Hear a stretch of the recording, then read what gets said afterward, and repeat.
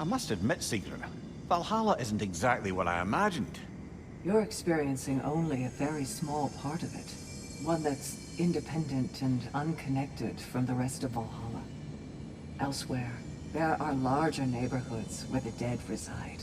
Socializing, playing games, drinking, fighting. But one must earn the right to join their fallen comrades. New arrivals run a gauntlet. A personalized, self-contained version of what you're doing. It's meant to help the dead process the lives they lived. Those who are worthy, who have found some measure of closure, are allowed to move forward. Those who are unable to resolve their lives are forever trapped in their personal Valhalla. Some just prefer to keep fighting here. Sigrun, how fare you and your sisters? With just the three of us to attend to the fallen now, we're short-handed. But we've begun recruiting new shield maidens.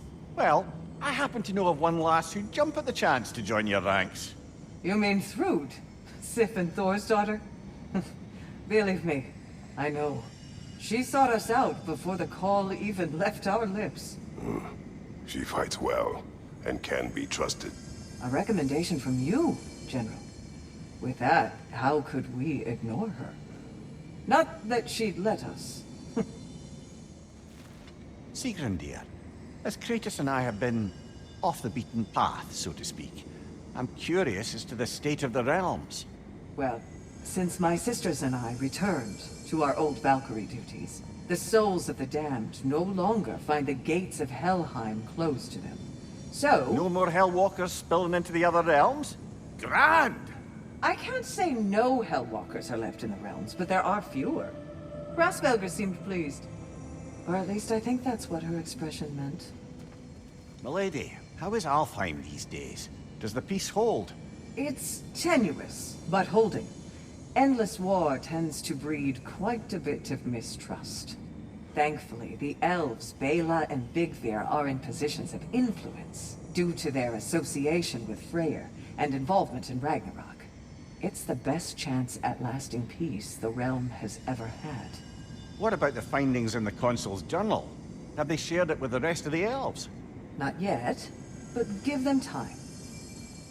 Sigrun, been wondering, are the remaining Vanir and Aesir playing nice in Vanaheim? The Asgardian relocation hasn't exactly been smooth sailing. But Hildisvini and Lady Sif are keeping the ship headed in the right direction. The people seem to understand compromise is their best path to prosperity, at least. Truth be told, I was hoping the old boar would have to call on me to smooth things over. But it's good to hear he and Sif have it under control. Freya hopes they'll join the council once the peace settles. Sigrun, love, what's the latest on Midgard? Life returns at last. After the Hellwalker desolation was followed by Fimbulwinter, I wondered if people would ever come out of hiding, or if there were any left to.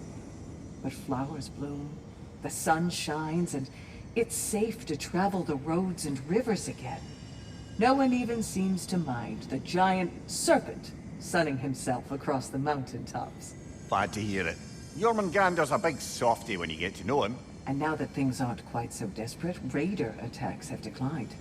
It's progress. What is the state of Svartalfheim? It's been tough.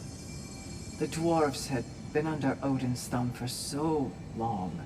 Now they're having to completely reshape their economy to provide for themselves again.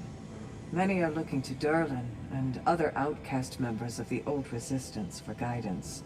But thus far, he's refusing the call. The wounds are deep and will take time to heal. Once they do, Freya thinks Durlin would be a welcome addition to the council.